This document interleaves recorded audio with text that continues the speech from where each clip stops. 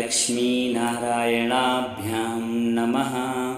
परमा एकादशी व्रत कथा। एक बार धर्मराज युधिष्ठिर ने भगवान श्री कृष्ण से पूछा कि हे केशव, कृपया यह बताइए कि भाद्रपद मास के शुक्ल पक्ष में जो एकादशी होती है उसका क्या नाम है, उसके देवता कौन हैं और कैसी विधि है। तब भगवान श्री कृष्ण कहते हैं कि हे राजन, इस विषय में मैं तुम्हें आश्चर्यजनक कथा सुनाता हूँ, जिसे विधाता ब्रह्मा जी ने महात्मा नारद से कहा था। नारद जी ने पूछा ब्रह्मा जी से कि हे चतुरानन, आपको नमस्कार है।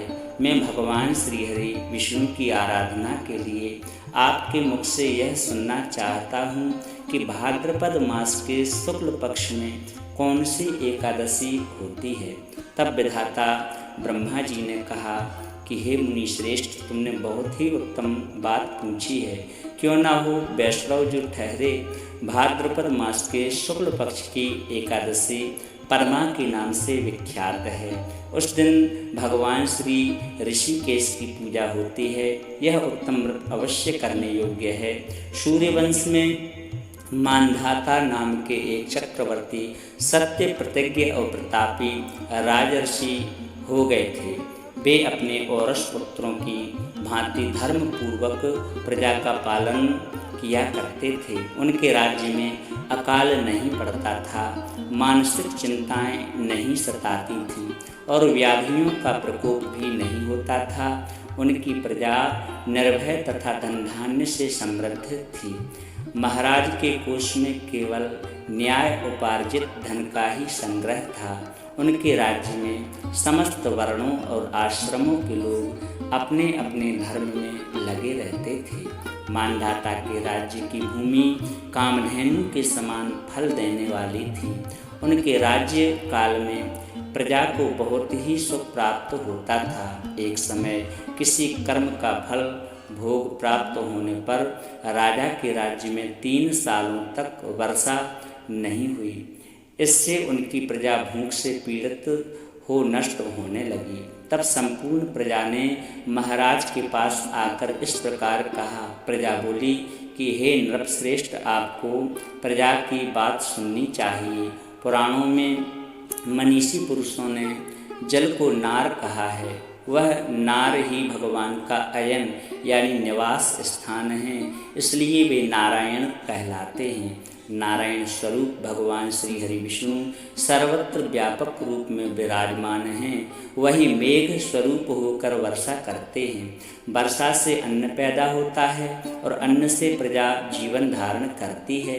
नृपश्रेष्ठ, इस समय अन्न के बिना प्रजा का नाश हो रहा है, अतः कोई उपाय कीजिए जिससे हमारे योगक्षेमम का निर्वाह हो। राजा ने कहा, आप लोगों का कथन सत्य है, क्योंकि अन्न को ब्रह्म कहा गया है। अन्न से प्राणी उत्पन्न होते हैं और अन्न से ही जगत जीवन धारण करता है।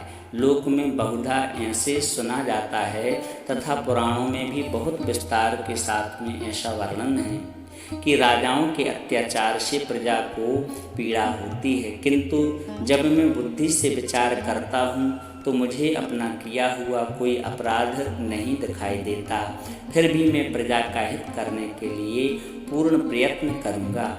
ऐसा निश्चय करके राजा मानधाता इन्हें गिने व्यक्तियों को साथ ले विधाता को प्रणाम करके सघन वन की ओर चल दिए। वहाँ जाकर मुख्य मुनियों और तपस्वियों के आश्रम पर घूमते फिरे। एक दिन उन्हें ब्रह्मपुत्र अंगिरा ऋषि के दर्शन हुए।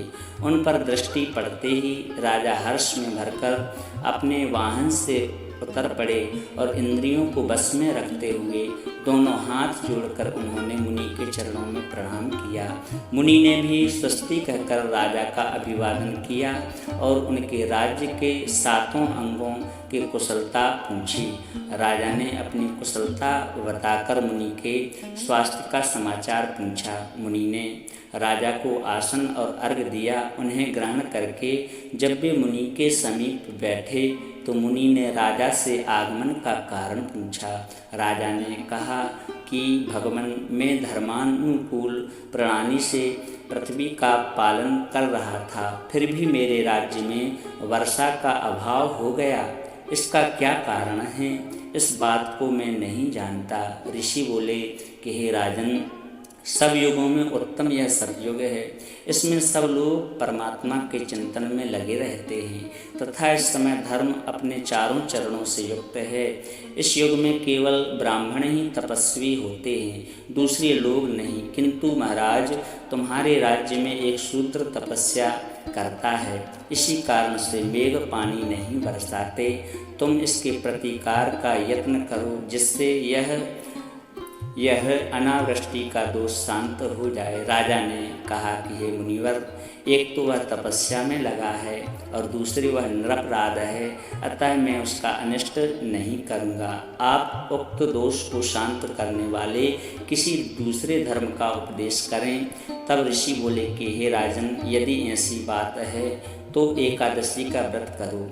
भाद्रपद मास के शुक्ल पक्ष में जो पद्मा नाम से विख्यात एकादशी है, उसके व्रत के प्रभाव से निश्चय ही उत्तम वर्षा होगी। नरेश, तुम अपनी प्रजा और परिजनों के साथ इसका व्रत करो। ऋषि के यह वचन सुनकर राजा अपने घर लौट आए।